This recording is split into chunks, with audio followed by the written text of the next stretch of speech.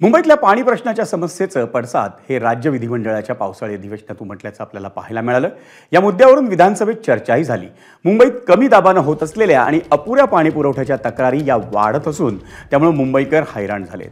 त्या पार्श्वभूमीवर विधानसभा अध्यक्ष राहुल नार्वेकर यांनी शुक्रवारी आपल्या दालनात तातडीची बैठक बोलावली आहे। आमदार आशिष शेलार यांनी वांद्रे पश्चिम मतदारसंघातील खारदांडा, गजदरबांध आणि आसपासच्या परिसरातील पाणी पुरवठ्याबाबतच्या तक्रारी विधानसभा सभागृहात मांडल्या होत्या। दरम्यान मुंबई महापालिकेच्या जल अभियंत्यांनी मुंबईतील पाणी पुरवठ्याची माहिती ही संबंधित मंत्र्यांमार्फत तातडीने सादर करण्याचे निर्देश हे विधानसभा अध्यक्ष राहुल नार्वेकर यांनी दिले।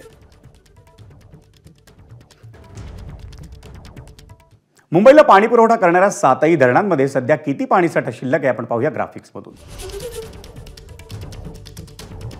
अप्पर वैतरणा 22.81%, मोडक सागर 19.39%, तानसा 13.84%, मध्य वैतरणा 12.14%, भातसा 21.92%, विहार 29.24% आणि तुळशी 7.15%। एबीपी माझा, उघडा डोळे बघा नीट।